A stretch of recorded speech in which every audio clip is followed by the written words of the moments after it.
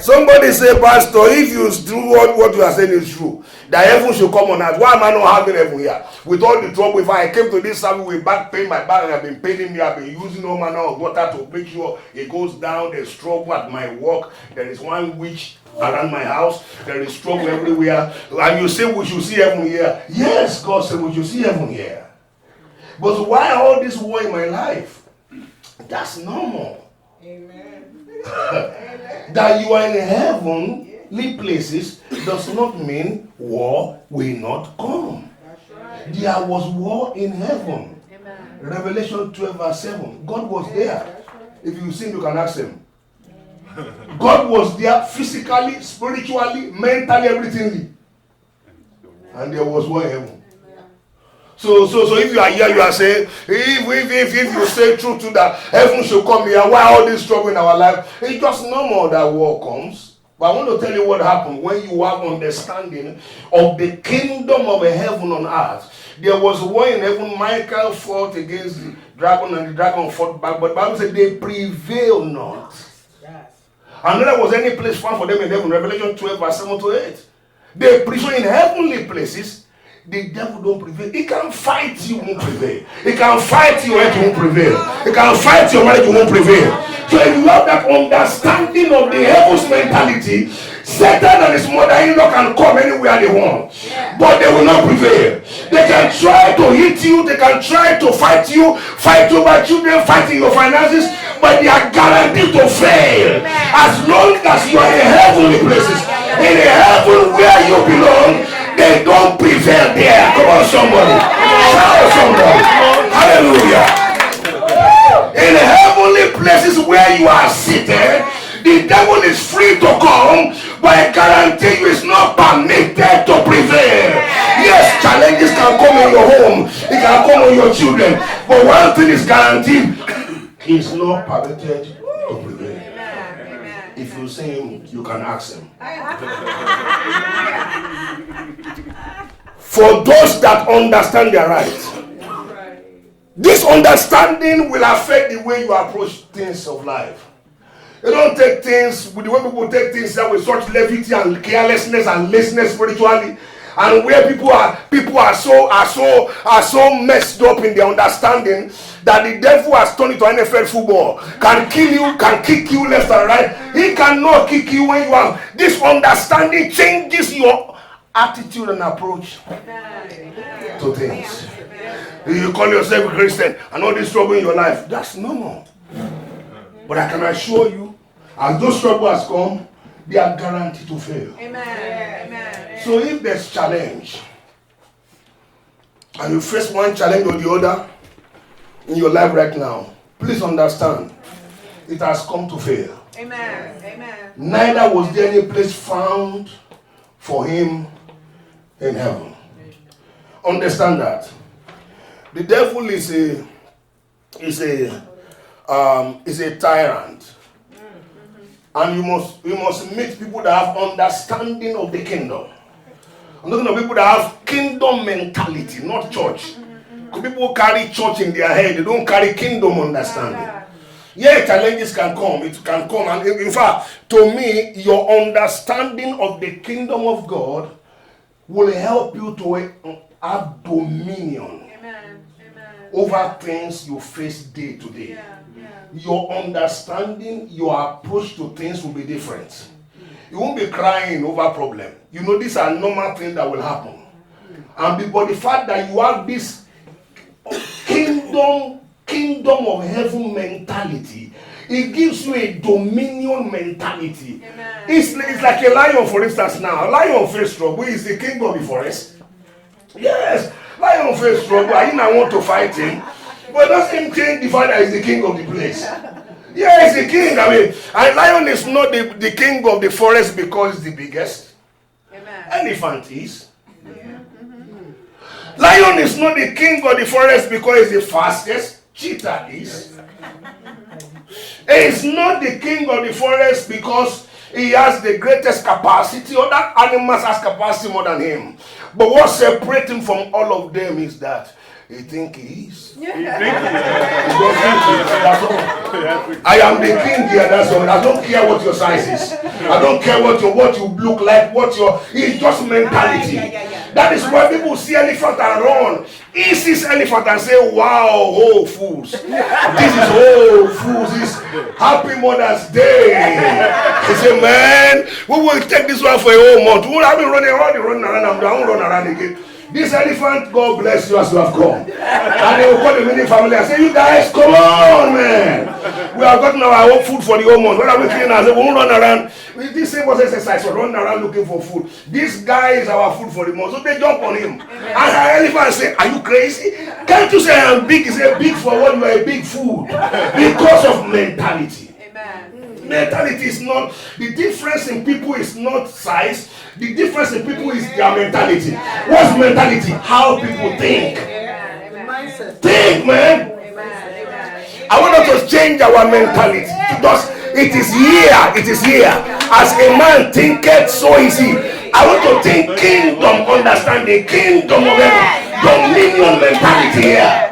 Hallelujah. Thank you, Lord. Lord, thank you, Jesus. Holy Spirit.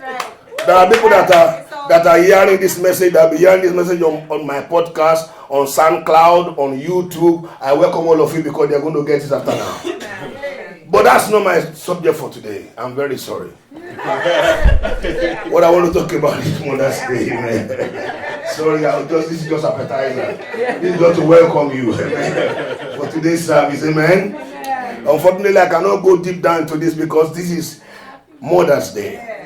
So if you are listening to me from wherever part of the world you are downloading this message, in America today is May 12th, and it's wonderful Mother's Day. And I'm face to face here with wonderful winning mothers that are in my front here, and I believe you are going to join them. Amen. I'll talk briefly on 7 things I wish your mother told you.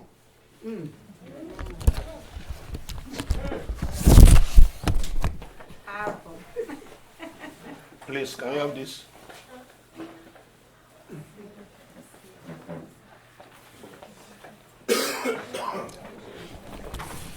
I'll be very fast on that.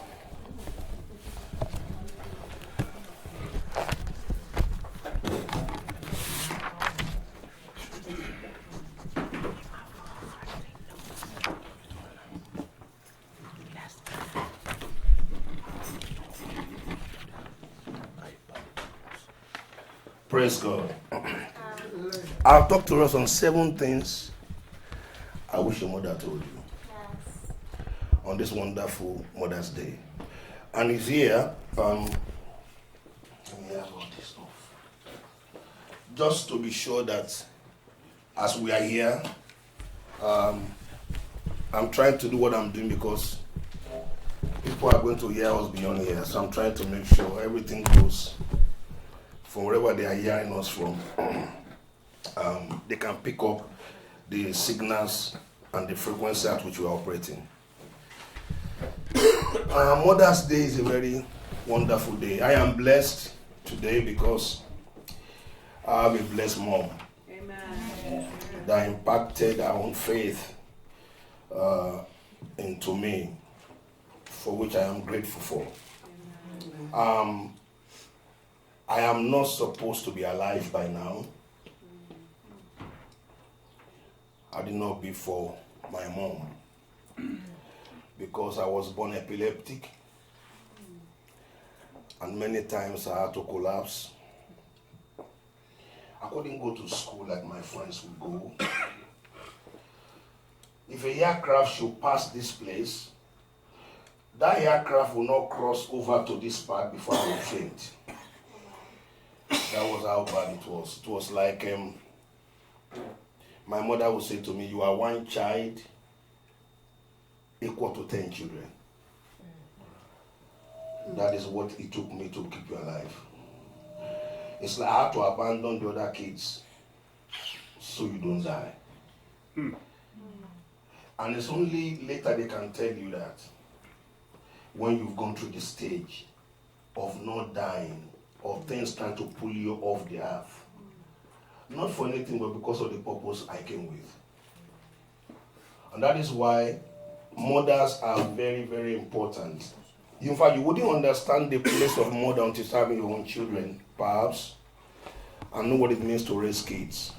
But if you do have the one that has a special need child, and the power out of it, and become normal like every other child, the more other people don't know the price the parents has to pay for that child to be normal like other kids. And that is why such children should not grow up and that same woman has to sorrow over you in terms of the way you are behaving. I never knew that she has been an irresponsible mother. You should not be alive. So that is just part of the things it takes for some mother to be able to be mom. And that is why I want to appreciate all mothers here. It takes a lot for you to be who you are. Mothers carry a lot of pain in their hearts that so many people are not aware of. A lot of sacrifice, a lot of covering of the way things are.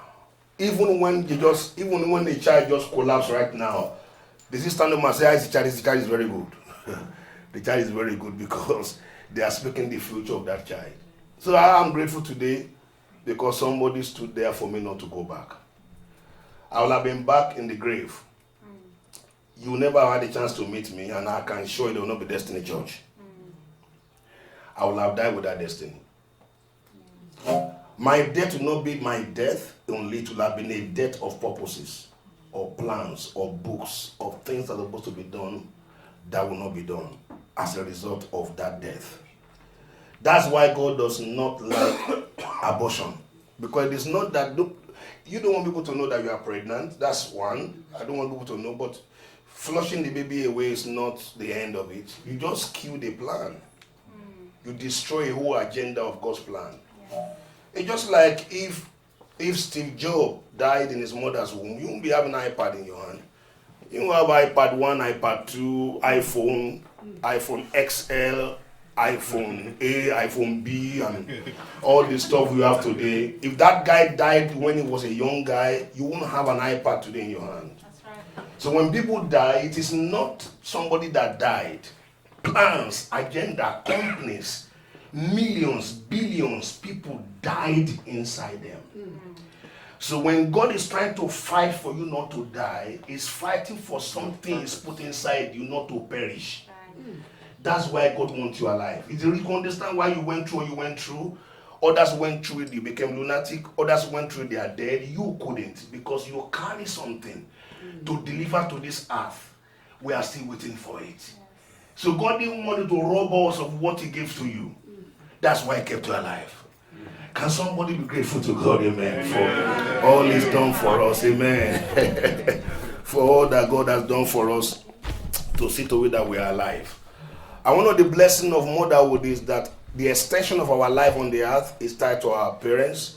Because the Bible, Ephesians chapter 6:1-3, says, honor your father and mother, that you may live long and may be well with you on the earth. The extension of our life, how long you live, can be determined by how you treat your mom. And how well you, not everybody that is living that is well with them. People are living, but it's not well with them. It's one thing to be living, it's another to be living well. Some people are just existing, they're not living. They are just a biological specimen. They are experiment for medical students that come and see a new manifestation of schizophrenia. This is the guy with it. A new disease is the one, if you want to define it, that's the person that carry it. What are we saying therefore to every one of us is that God has a purpose He has wrapped around parents. And He said for parents, our living long is tied to them. How we treat them affect how well we live on the earth. That we don't become vagabond. And a word from your parents, when it can stick on your life like a stamp on a letter, when they are taken care of. And that's why I want to encourage all our teenagers, many of them are not here, to please know how you treat your mom, because we are in a generation where people answer back their parents. We are in a generation where their mother talk and the mother say one, they reply back 10. We are in a generation where there's no boundaries. People have no understanding of respect. of parents, where parents talk and you talk back at them. Parents say this, you must have the last say. And they don't know who is parent now, whether you are the parent or they are the one, because of the way you are talking to your parents. And that's the generation that we are in right now. Children, you're talking anyhow to their parents. In our generation, we didn't have that privilege to talk back to our parents. When they speak, even if you have something to say, there is a respectable way of passing it across. It's not going to be a shouting match. I didn't have the problem many teenagers have, because I didn't grow with my mom, because my dad died when I was 7. So and my father was a pastor, so they had to take us out to the mission house and distribute us as offerings to people's houses. And I was like a house boy in a house for 12 years. So I don't have the privilege to be answering back, because if I answer back, they'll throw me out. I would have been on the street because my dad was not there, my mom is not there. So I had to be like a house boy, as it were. It looked like wickedness, but God used it as a training for me, to build me to have character, to forbear with people, to go through things and be able to forbear, and not react to every small things. I had to wash the bathroom. I have to wash the bathroom on my knees for many years. Walk, do all manner of things in the kitchen. I have to cook. I have to do stuff that girls should be the one doing those things, but I became the chief operating officer of the houseboys in the house, and I had to go to school. So I didn't have, when they slam things on me, I don't have the opportunity to be able to answer back, because it's not my mom. So I learned from that place how to forbear with people, how to go through insult and do as if I did not see it, and just behave normal. And God used those process to craft me into the kind of vessel you want me to be. So people see it as punishment, but God saw it as training for me to be useful for Him. I wouldn't have been for God today if I didn't go through that process. In fact, one time I told the mom, I said, Mom, it seems to me that this wickedness you are doing to me, but God taught me that what you are doing for me is training. So I don't see what you are doing. She said to me, I thank God you didn't see it as wickedness. You saw it as training. And thank God today I stand out anywhere I am.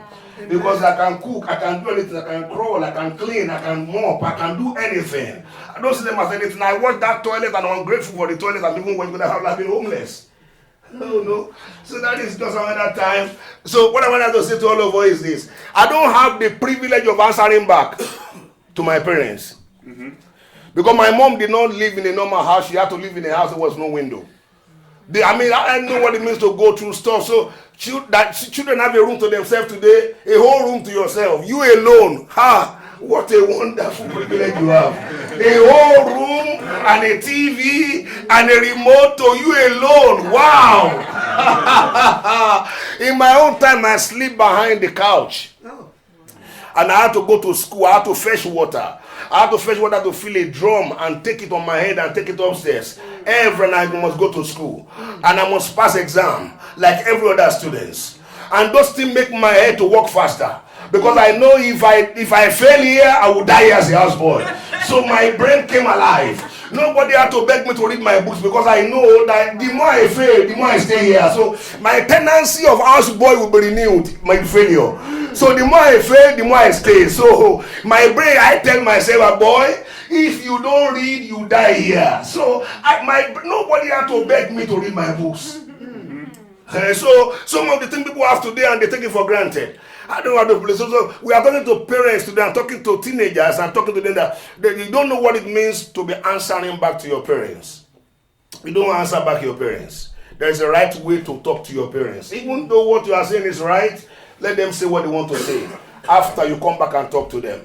Somebody's going to need this message I'm preaching right now. How they are recording it. Somebody going to need this message I'm preaching. There are a lot of teenagers here in our generation, 21st century, need to hear this. And why so? Because your life and destiny is tied to this thing I'm saying. Can I hear amen, somebody? So this will benefit a lot of our teenagers that need to be here today. Now, Proverbs 31, briefly. Proverbs 31. Proverbs 31. Proverbs 31. But today I thank God for all those trainings I went through. I look back, all I can say is to give thanks to God for the privilege to go through them. The Lord said to me one day, why are you crying? After 12 years of being in that place, one day tears was streaming down my eyes when I was asked to go and fetch water at 5 a.m. to go and fetch water on kegs. People don't have privilege. Privileges now. You just put on the tap in the house and water gush out. Hallelujah. You don't know how privileged you are. In those days, water don't gush out like that. You have to go and fetch that water. And so one day, tears, when they said you go and fetch water, even after I became a graduate, say go and fetch water. And I said, after I became a graduate, I come out of high institution. I'm a man of myself, man. They say, go and grab that stuff you normally get water with. And tears was coming down my eyes, 5 a.m. And the Lord, I looked at him and the Lord said, so why are you crying? So you are crying because you think they maltreated you. You said, you didn't have anybody to take you through this. Your father is not here to take you through the kind of process I want you to go through for me to be able to use you at all. Don't cry at all. Don't cry. It's a training for you. Your perspective should change.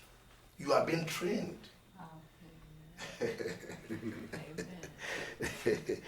I know a lot of people are going to know what I'm saying. A lot of people are going to need it. So Proverbs 31. Amen.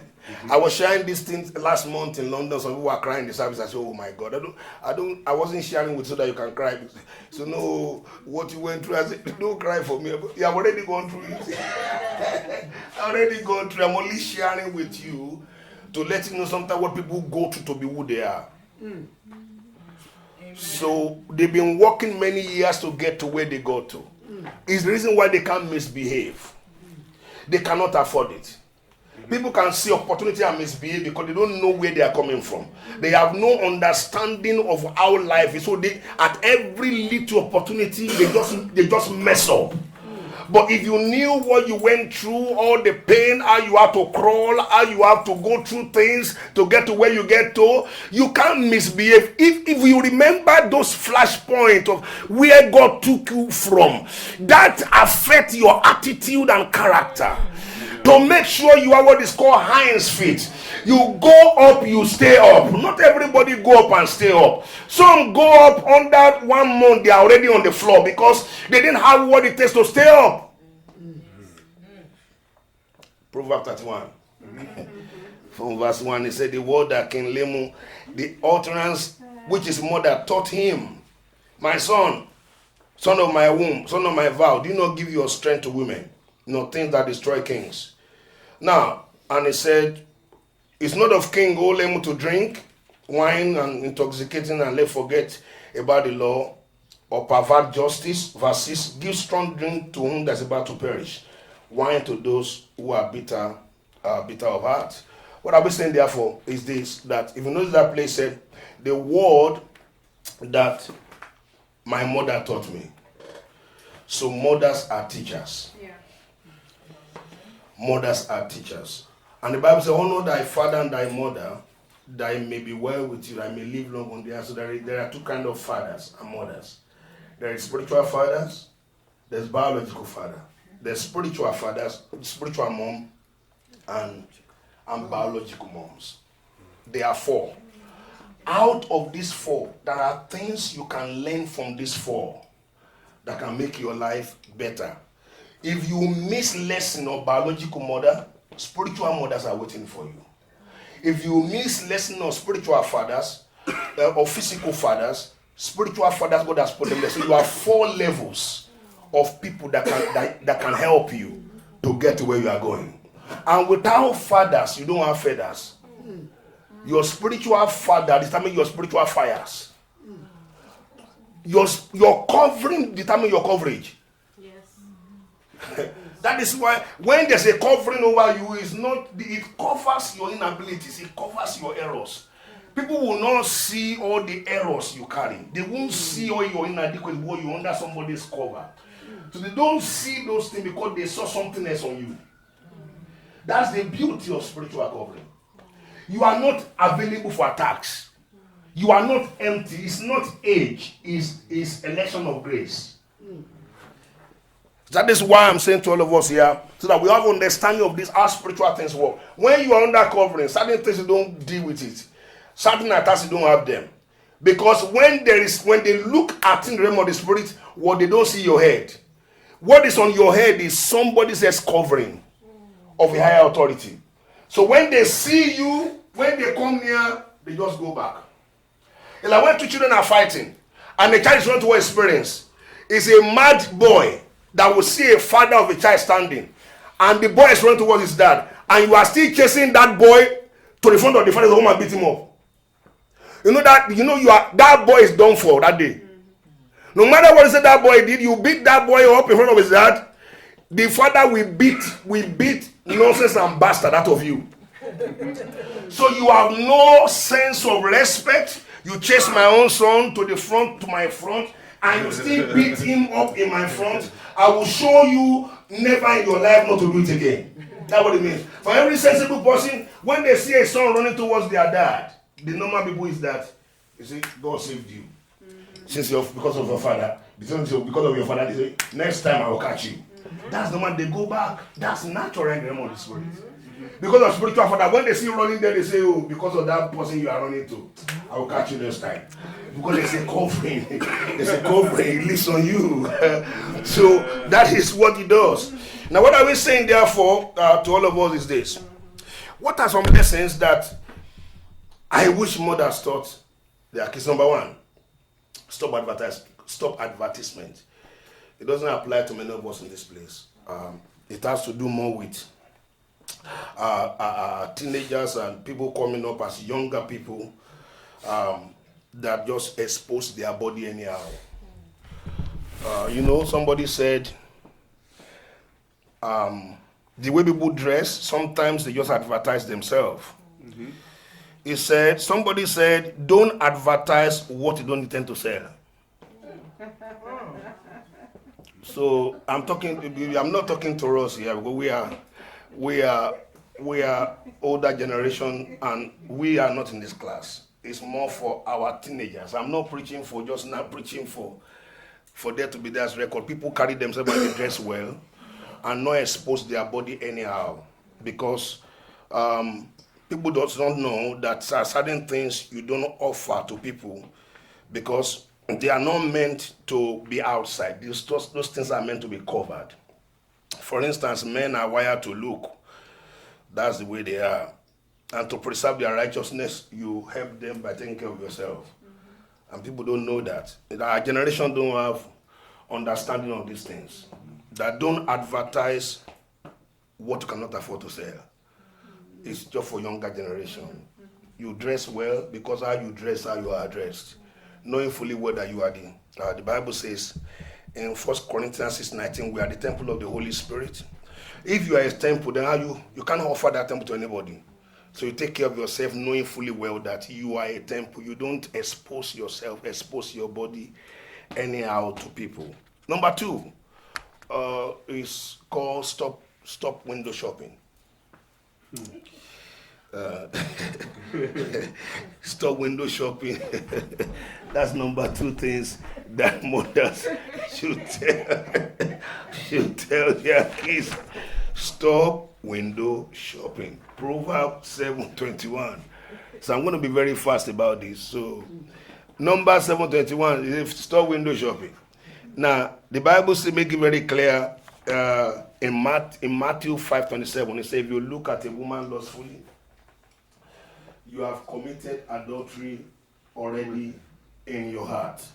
So stop window shopping, because that thing you are looking at can cause trouble for you than you can afford. That was what David was looking at that led to his trouble with Bathsheba. He was doing window shopping. And what David landed into as a result of doing window shopping, it affected his children down the line. It affected Solomon, it affected Absalom. Absalom, literally, almost all the kids were affected. The sword of God was on his family for that thing he did. God forgave him, but he did not leave him off the consequences. And that, with all the wisdom that Solomon had, Solomon could not escape it. That's why Solomon, after some time, he lost his moral code. It's because of what David did. He was doing window shopping. And the window shopping landed him in things he could not afford. Just one thing you put yourself into can land your generation of children unborn into trouble. And you are the one that caused it, not them. So that's why I say stop window shopping. Stop window shopping. Stop looking for people's dress, how they dress, didn't dress, and looking for naked bodies and all those stuff. That's why you see here, Proverbs 7:21 talked about a young girl. Proverbs 7:21. It said something here. Proverbs 7:21. It said, and with her enticing speech she caused him to yield, and her flattering lips to seduce him. Immediately after he went after her like an oxen to a slaughter, the fool to the correction of stock. And if you see here, you will see all the things that happen when people look at things they should not be looking at. And we saw it here, how it became a problem. He said here in verse 10, there was a woman that met him with an attire of an harlot and a crafty heart. In other words, because of the way she presented herself. She was loud, rebellious, her feet does not stay at home. Those are things children, mothers tell their kids. Let your feet stay at home. Walking about, I'm coming to that another time. So sometimes when I say window shopping, there are things people do that because they didn't find people to tell them, ladies look at people's body anyhow. And somebody said, when you look long, you will look wrong.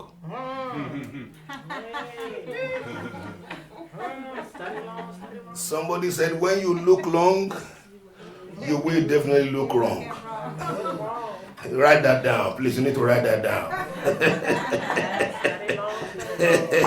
Because you will discover that you cannot afford what you are looking at, you cannot afford it. The thing you are looking at, if you find what's going to cost you, you cannot afford it. If you see David, you can ask him. So what are we saying? Some of the stuff we talk about has cost people like Samson their life. It can cost people their entire life for messing up about this area that don't do window shopping. Number 3, stop private visit. Stop private visit. You see, when people are saved, they are born again, they need to represent righteousness. There are people that visit private places. We have a generation of unmonitored lifestyle. A generation that is they are more or less want to be independent.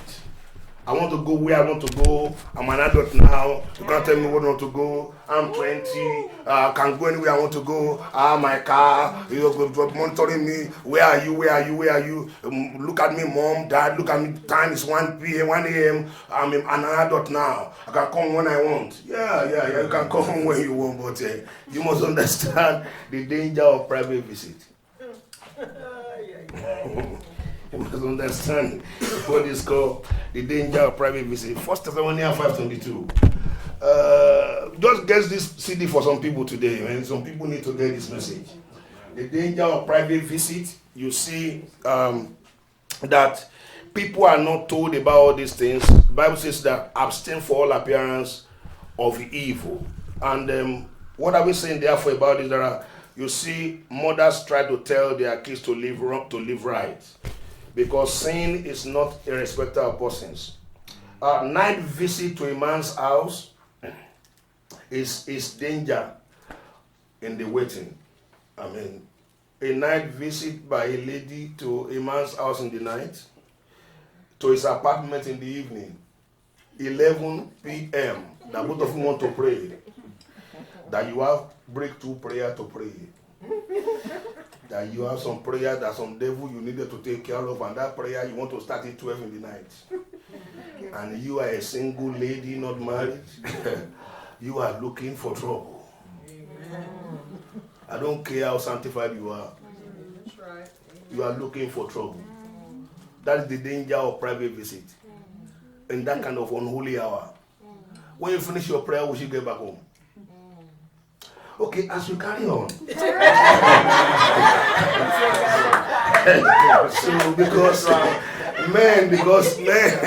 I wish many people that need to hear because they are here today, Men are wired for sexual touch and contact.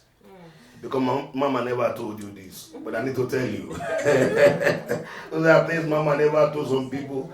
They need to know this, and that is why Private visit always lead to private sin.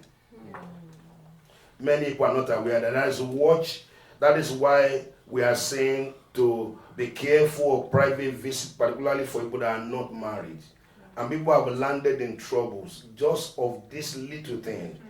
People have been raped, not intentionally, because the atmosphere brought it. Because they were not conscious, they were not cultured enough to know certain visits at certain time, they are not supposed to take place. Maybe they drop you outside and you go, not to come and sit down inside and say you want to start prayers by 12 in the night. You are going to work by 7 in the morning. I see. And the guy has put on candle in that room. They put up the light. Or he changed the light to blue light. And they are playing Stevie Wonder. And you are hearing the song. And they say, after that we'll start the prayer meeting. And you, that nothing tells you that this kind of, something is wrong with this kind of prayer meeting. And there are so many people who have carelessly and ignorantly gone into environment and they couldn't sense it that, no, I need to be going home. But the other day, man, I don't now, Mom, you can't tell me when not to come home. When to come home, I'm 20 now. I am be free to go where I want. Yeah. You are looking for trouble. These are things that Mama should tell younger ones ahead of time to train them. Don't do it. Amen. Because there is danger in these things. Yes. Am I saying something here? Yes, sir. Yes. I just want to be sure that I'm not alone on this pulpit. No. So many young men have been accused of doing something wrong and has put their name on sexual register for life from wrong private visits. Some girls have screamed and said, he did this to me, he did that to me, and the police got involved. And when it comes to that kind of thing, it's difficult to prove for the lady's part. She may say, my back. I didn't touch you. Say, no, he touched me. I know it's difficult to prove those things. Some people have landed in sexual registration or to call them as sexual predators and be on their file and they never get a job. Wow. From dangerous private visit. You visit the girl's house and you see the light is blue, you see candles. And they are playing blues. We call you blues those days. They are playing Purple Rain. And you can see it. And you still sat down. Okay. As I was saying, is this. But these are things that Mama should tell younger ones that don't do these things. When you see these signs, even as a boy, even though you want to go and see somebody, you should have some security sense to say, at this point, I need to go. But not, so a lot of people are uncensored, untrained, security, no security mindset.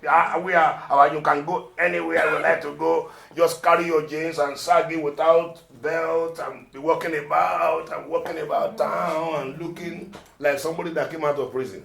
Because it's people that does not, it's prisoner that does not have belt on a trouser. So, what are we saying therefore? Is this, that another number 4 is avoid side deals. Number 1, stop advertising. Number 2, what did I say? No window shopping. No window shopping. Number 3, stop private visit. Number 4, avoid side deals. Proverbs 11 verse 1. Side deals, avoid it. I'll just go read very, very fast because some of the things I'm saying to some of us here, I just want you to have it in your left hand to tell your children. Because they are not as wise as our generation. They are not as disciplined as our generation. We need, because they feel everywhere is mommy, everywhere is daddy, everywhere look like dad and mom. Everybody's not your dad. Everybody's not your mom. They will not overlook your errors. They will deal with you. Right. Yeah. So I'm saying this for some of us so that we can pass this message across to our younger ones. Because they don't have the kind of discipline and the kind of exposure many of us that are here are exposed to. And sometimes when you are talking to them, they feel that you are old school. And you are old school. That's your generation. Mm-hmm. We are new school now. No, we are 21st century kids. You want to impose your own way of life on me. And that's your village life. You want to put it on my 21st century American style life. You see? But you see, truth does not change. Truth is ageless. Yes. What is truth in Africa is truth here. It will be truth in Canada. It's truth anytime. Yeah. And when you have this on your younger ones, because we have young men, young ladies, have no people to talk to them. Very few people just plan for weddings today. People just wed. They don't have people instruct them. That's why it took Esther a whole year before he could even go near the king. They had to process her from being a woman to being a wife. Many people are mistaking wedding to white gown. I don't know, they can put on the white gown and be on Facebook. They feel that they are wedded. And they just wedding a woman, not a wife. Unprocessed. Esther took 1 year to learn how to approach a king for one night. To learn how to use certain oil for 3 months for different part of the body. Three months for each learning and training.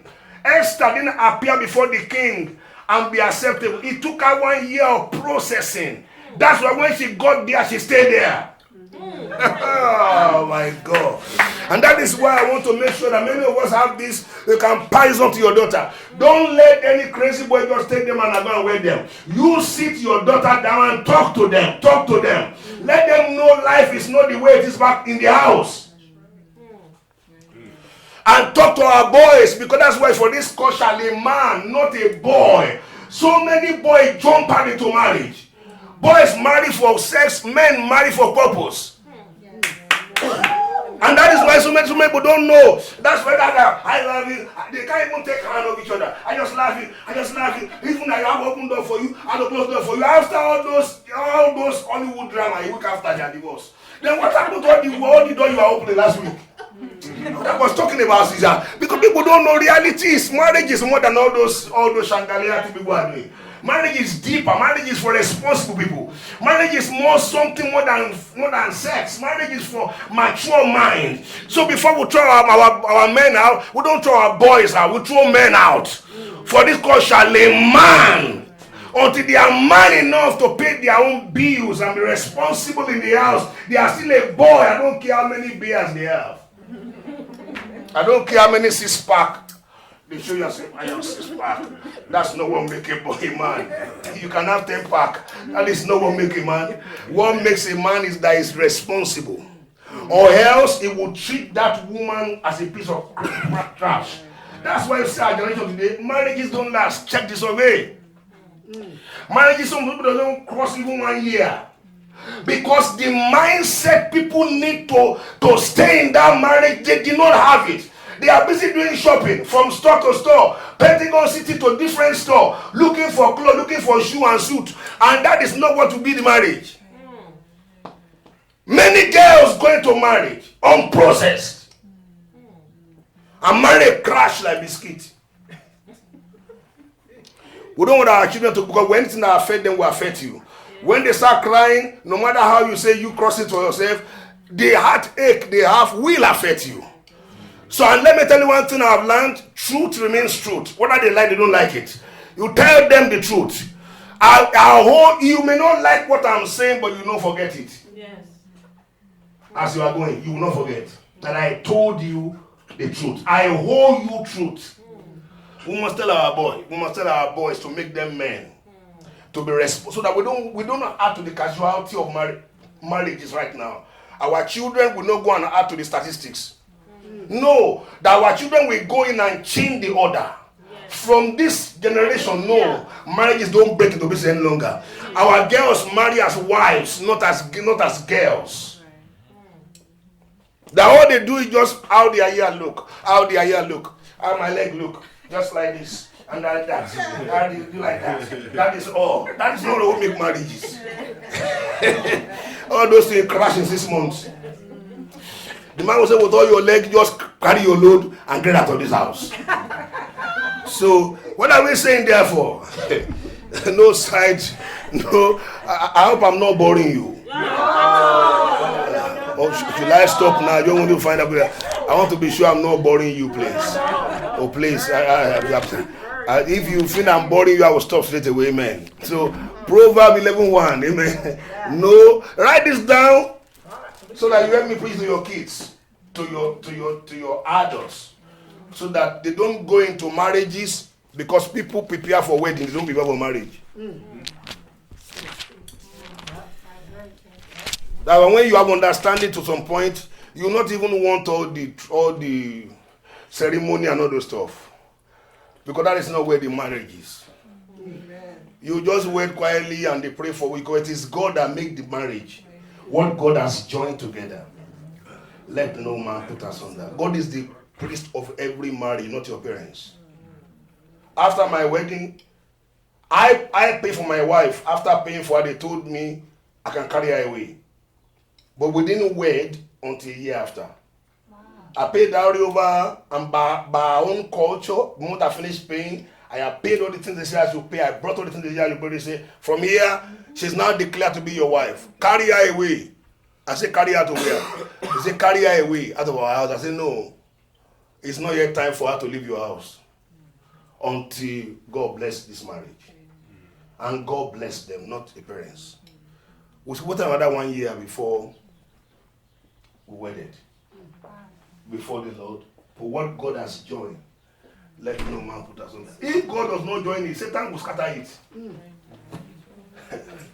Are you hearing me? And that is why marriage today, this year, we are just 23 years. Few days, 23 years, amen, in marriage.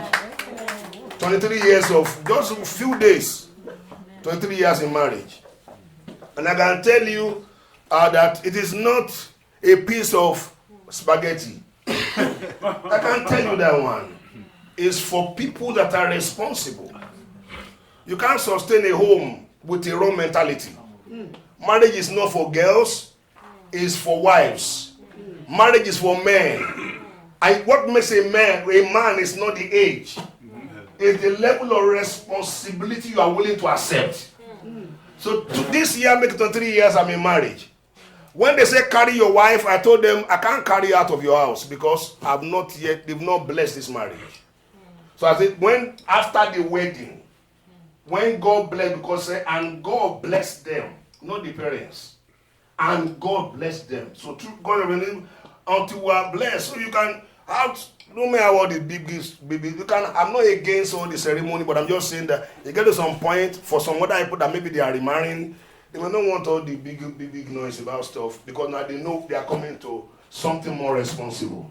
I don't know whether you are getting what I'm saying. Yes. And so marriage is I'm looking at the environment that we are in. London, America, the West. Marriages is just like something you buy in Starbucks. You throw it away to the bin the following day. It doesn't have any life. People have no responsibility. They are irresponsible. The man, the boy, the guy that married, they married as a boy. The wife married as a girl. So they are just doing Sesame Street. They are doing Tom and Jerry. So it's for God is the author of marriage, and He ordained it to last. It's not ordained for Facebook, Snapchat, and WhatsApp picture. And we snap our white garment. And we snap like this. I will snap like this. I will snap like this. And thank God for all those things we do. But that is not what keeps you home. It's responsibility. You are responsible with your head. Matured mentally, matured bodily. Not people that are breaking a home for over toothpaste. You took the toothpaste, you press it in the middle, and we divorce today. Of marriage over toothpaste. People divorcing over chips and chicken, over restaurants, because they are children. They are not married. They are going to be in Sunday school. What are we saying therefore? Is that Proverbs 11 verse 1? He said, dishonest scale are abomination before the Lord. A just weight is his delight. What are we saying therefore? Let us go straight on this one. Don't do side deals. When you are dealing with things, don't do side deals. You have a case where if somebody wants to, I'm teaching this for matured mind. You have case where mother teach their daughters, and you are we that are older teach our younger ones that when you are married, if you are a married man, you don't go to be assisting somebody outside your home that's a lady and your wife is not aware of it. Right. Preach it, Pastor. Because when you give them, you borrow money to girls to assist them and your wife is not aware. A time will come, the man will be looking for interest on his money. It's just the word of the elders. It's just the word of the elders. And your wife has no clue about what happened between you and those persons. Everything must be done with reference. You know this is your wife. You don't have dealings with people and borrow their money and they are doing those and your wife is not aware. I don't know whether you are getting what I'm saying. A lot of people do a lot of and the same thing vice versa the man. Also the girl, the lady, also not having to be borrowing or helping people that are men, are helping them with maybe assisting with money for rent, and your husband is not aware of that transaction. That's why I say don't do side deals without your spouse knowing. These are things that can cause a home to break down. And your wife or your spouse will accuse you of infidelity. And say you are going out with her. You say, going out with who, me? You say, yes, but I saw your account. X money I've been going to that lady every month. You've been giving her $100 every month. You say, I'm only assisting her. Really? For 1 year and I don't know about it as your wife? Give me a break. This thing I'm saying are little things that can destroy a marriage. If you are helping out with anybody, who am dealing with anybody, I want to know their husband. I want to know their husband. That the husband will know that they are dealing in a safe territory. Their wife is safe. Okay. I hope somebody is getting what I'm saying. Yes, and I hope I'm not boring you. So what are we saying therefore is that these are don't do side deals. So somebody said, mothers teach your daughters not to ask men for money. That's right. Amen. Or accept money or necessary gift from people. Some people, that's how they get people. They be buying gift. Every week, buying gift. I call it escortoyo. You call it escortoyo. Escorting around your place, buying things for you. And they're not saying anything to you. You're buying gifts for you all the time. Why are you doing this? No. Nothing. Really? Nothing. No, there's something.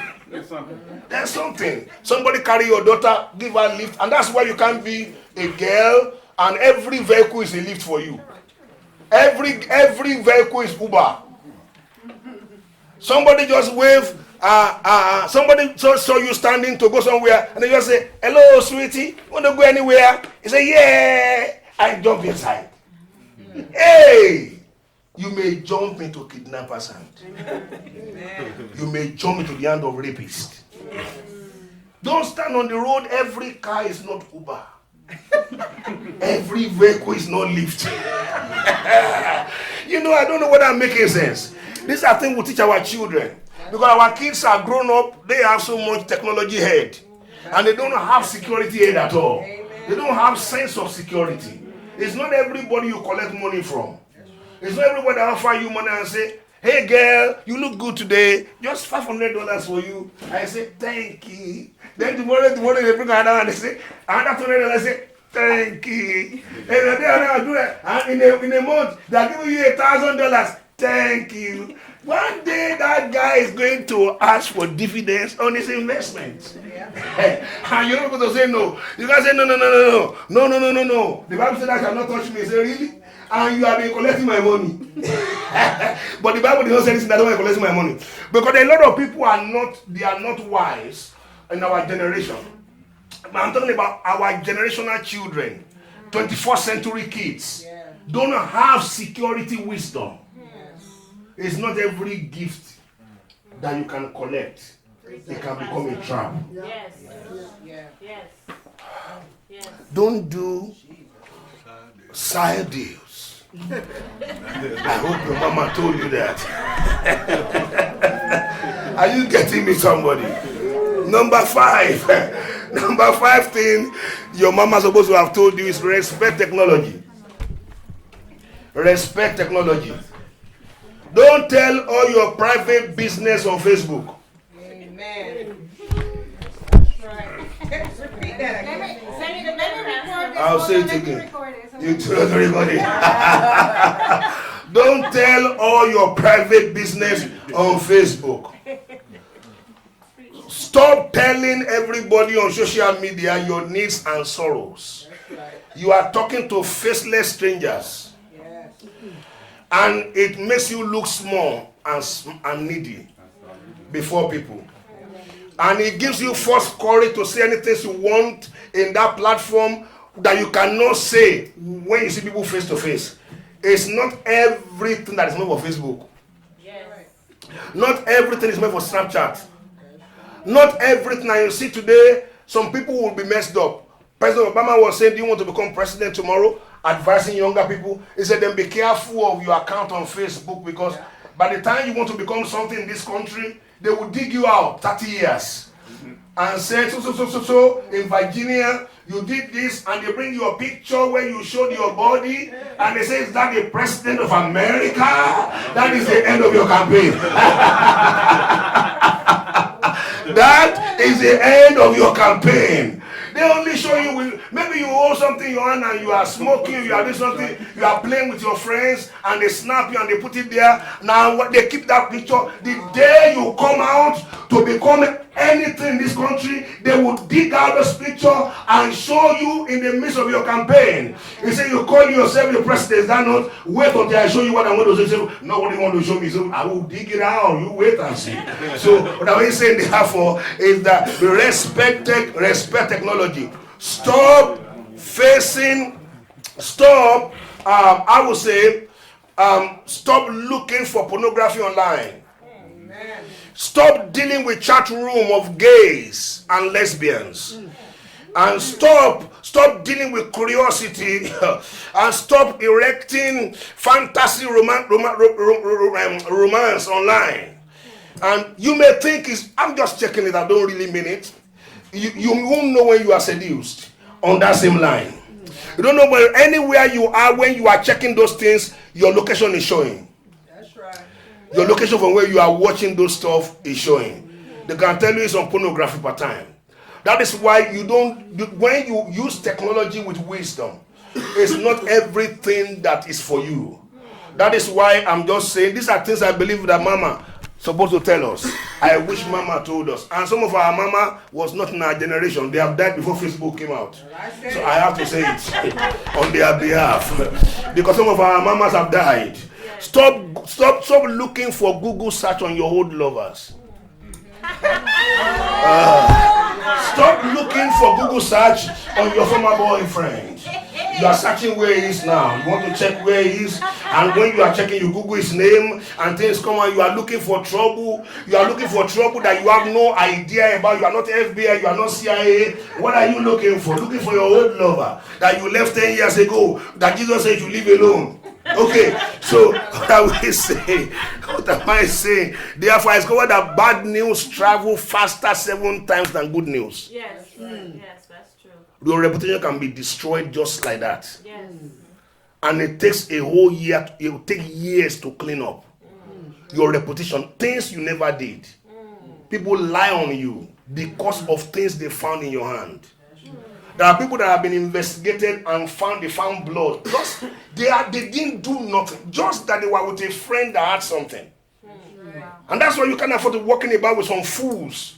The Bible says don't follow fools about. Yes, right. Some children are not to be followed about. You follow them, you will soon end up in prison.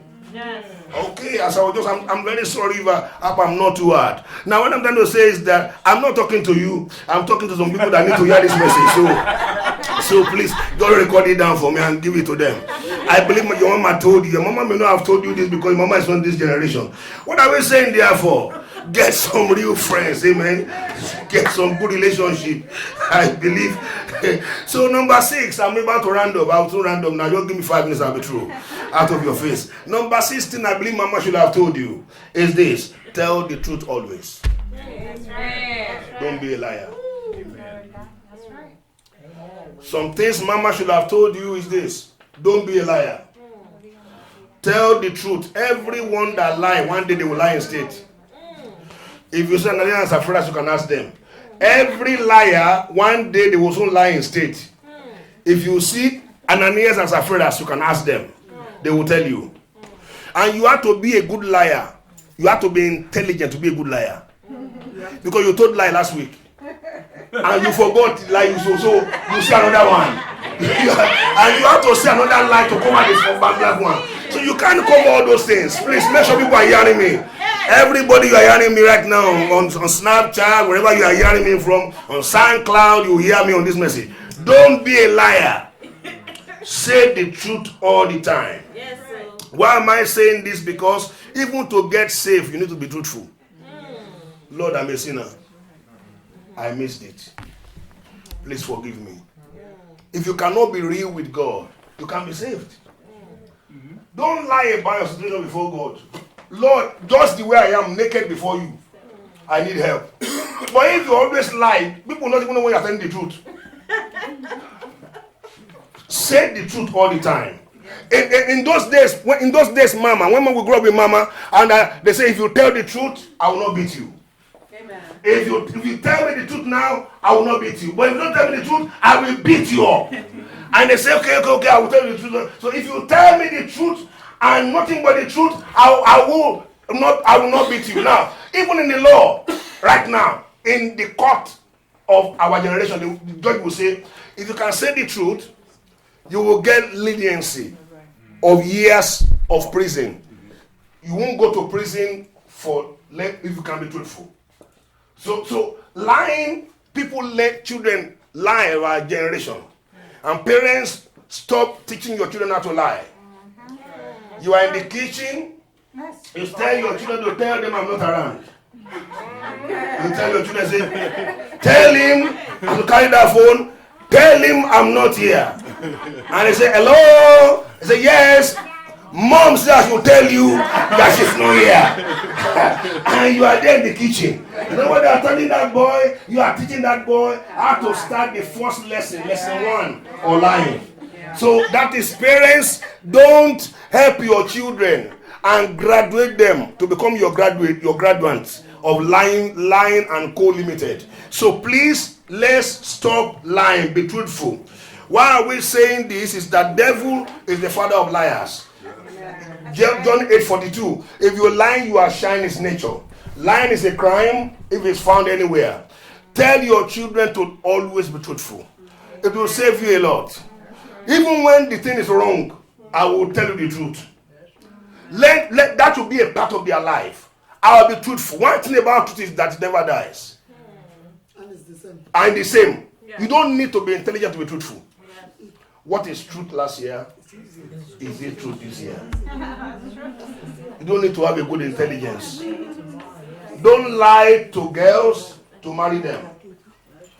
No man should lie to a woman to marry them. Don't tell them I have a house in Port Tarmac and you went to borrow the vehicle you are driving. You knew you borrowed that vehicle from Enterprise. You know it. He said, this is my car, man, hallelujah. You know my house.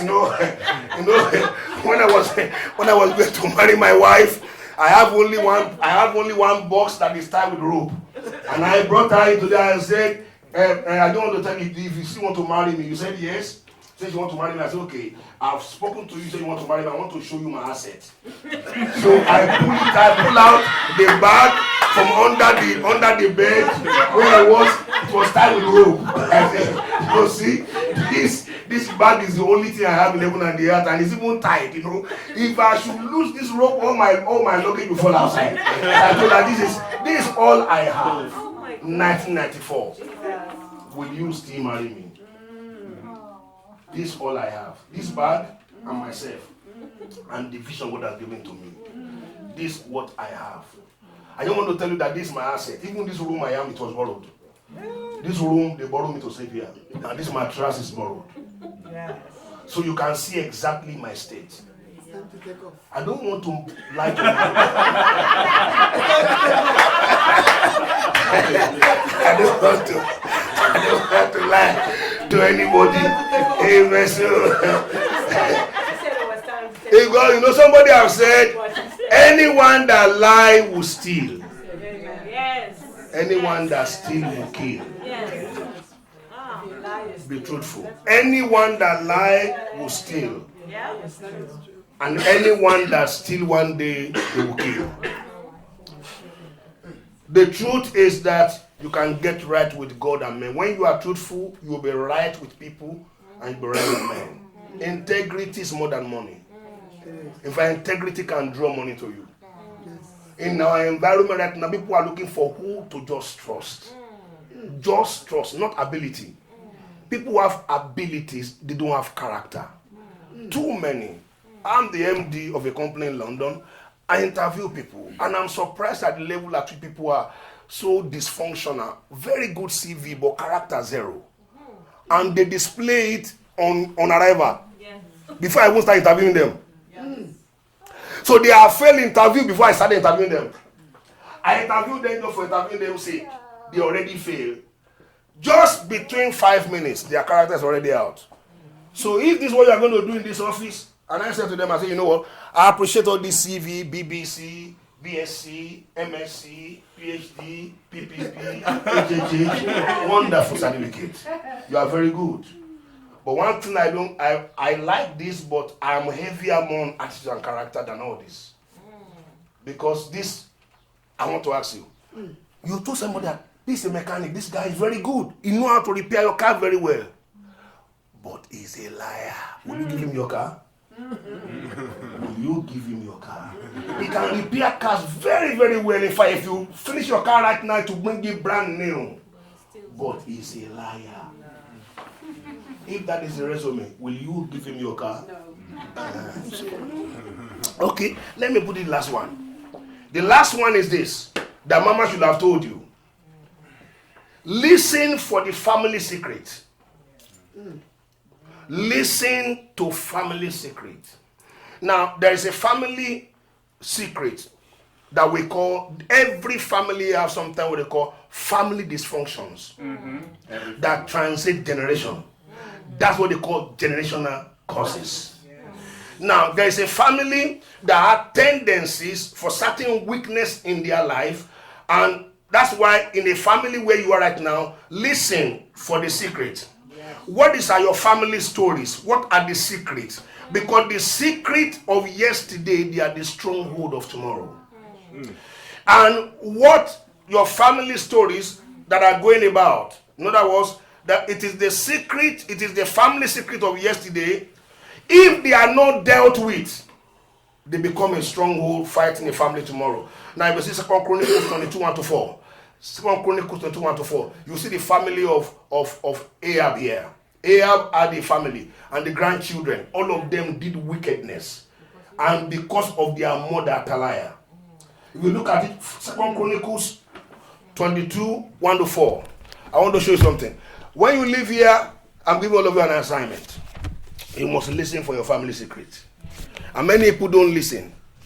You are in a family and you are not listening to pick up the information on your family line.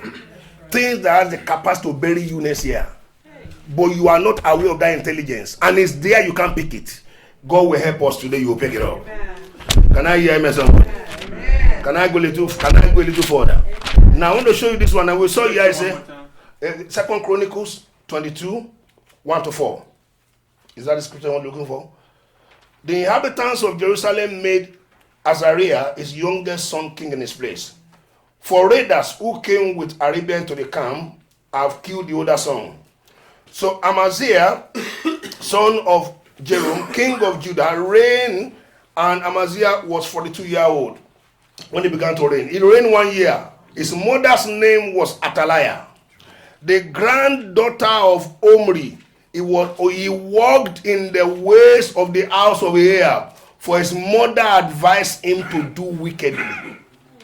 And the Bible says the mother advised him to the detriment of his doings. So in other words, those things they are doing, there's a bloodline, a secret in that family. That everybody in this family always do wickedly. But they couldn't pick it. What are we saying therefore is this. That's why we see that what are the secrets in your life, your secret in your family. And for instance, there are people that have history of drug and alcohol in their family. Where people have died in that family through alcohol. Then what does that mean? It means if you are from that sort of family, be careful of anything alcohol. You have a tendency for it. So you stay away from it, or else the way others died through substance misuse, you are just some years away from your grave. Those are family secrets that are weaknesses, but if not taken care of, become a stronghold. And that is what, these are the things I believe some mama may not have told you. Now in a family, there was a family that had all of them. Out of 8 people, 6 of them died of alcohol and drugs-related disease. But the children were not aware of it. So they had to be told and say, be careful what you do with alcohol. Don't say, no, I can control myself. No, a man of myself. No. You are born in a bloodline that's a weakness for that area already. Yes. There are families where the girls never stay in their home. They never, no matter what, they can have children, but they never stay in the marriage. Those are secrets in families. You need to pick those things and know that this kind of thing happens in my family and bring it to light so that God can help you. You fight it so you don't become a victim like other people. These are things I believe mother should tell you about what is going on in a family. Now, if a family are having this kind of thing, I have our own family, in my own family, our own family secret, where before we dealt with it is that everybody that want to become anything in the family, you die. When you want to break out, you are becoming successful. At the height of your career, you die. There is a sword over the family. My senior brother, our second born, once somebody's supposed to become like a country general in Nigeria, it was just about 1 week to his promotion. He just died at the border. Just died of fever. He was supposed to be announced next week to become the head of customs.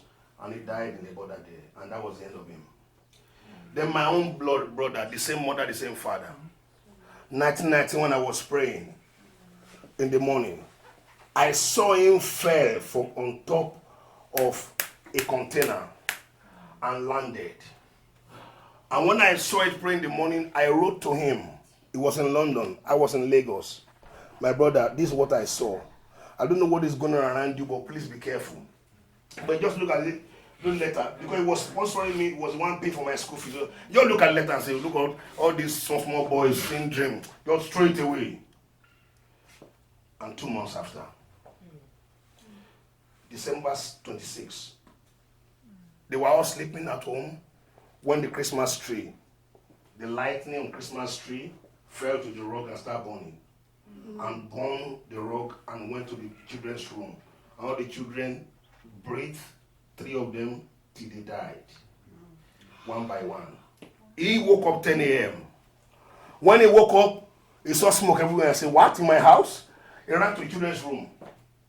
He touched them, they were lifeless. In his head, he was on the 5th floor of a building. He didn't think of lift. He didn't think of staircase. He just ran to the balcony and jumped. In his bid to get downstairs and came down with his head. We had to bury him. Gallbladder busted, spinal cord, head, everything. What happened? My brother died and all his 3 children. They are all buried in London today. So I'm talking to you live. In my family, when we saw that, I told everybody, this thing that took my brother is coming for all of us, one by one. So we have to rise like one man. Every month, all of us come together for prayer all night for about 3 solid years until we destroy that devil that wanted to take people out in the family. And today, the story has changed. We are millionaires in my family, and they are millions. I mean, very comfortable, rising and rising. We have 4 out of 8 children. Will remain 7. 4 are full-time pastors, like myself right now. 4 of us running individual ministry, not under anybody, running successful ministries. Somebody said, my mom, he said, you must be the wife of Jesus. For you to have four boys of at least Pastor Carl there. It's not Pastor K. That's my brother. I mean, you are not made the whole team, man. When Apostle Mike gets here, then you know there's an anointing in the family. Now we brought that anointing. We all meet last Friday of every month. We took it as a duty for 3 years to go after that demonic, satanic pattern. It was a secret in the family that we did not know, and it's becoming a stronghold. This may be secret Mama never told you. Check your family. What are the events that characterize your family? And listen for it. And listen for so that the children that are right now does not become a victim of that lack of intelligence. Rise to your feet.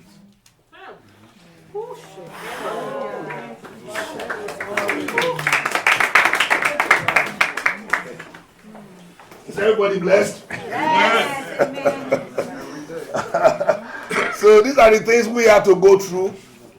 There are battles in families and people are not aware. There was a family in Matthew 22, verse 23 to 30. A family in Matthew 22, 23 to 30. That family married. All of them married each. All the men, there are 7 men in that family. All of them married a woman, and all of them died. As they married, the firstborn married the woman. That is Matthew 22, from verse 23 to 30. Read it, you'll see there. A family battle. So there are battles in family. So when you say, I want to marry a girl, I saw this lady, I just want to marry her. Or I saw this guy, I just love him. I cannot sleep without him. I cannot go out until I speak to him. I love him. He's the only sugar in my tea. I just love him. He's the butter of my bread. I can't do without him. Before you start going into all those psychosomatic problems, check the secret of that family.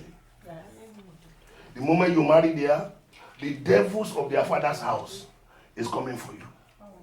Just know that. Adam knew his wife. When they say knew his wife, it's more than sex. You will know the devil of their father's house. The thing that make them never to stay in a marriage, you will meet it. But when you have understanding of it, when you marry, 2 shall put to flight 1,000. 2, 10,000. Both of you stand together in God and break that thing.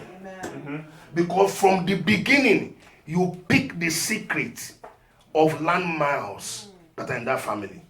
That's why God brought it together, to be able to stand together before him and overturn that thing. You know why? Because generations before you, they know it. They died because of it. And now God has brought to the light burner right now for you to see it. God does not want to see a generation wipe out.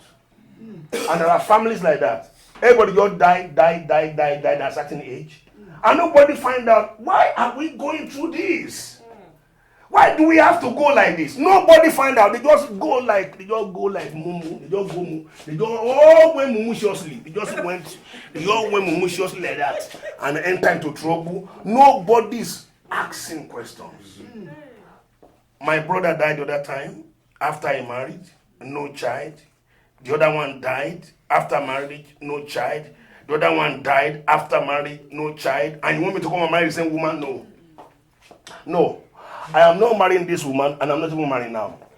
Why is it that when we marry, that's when we die?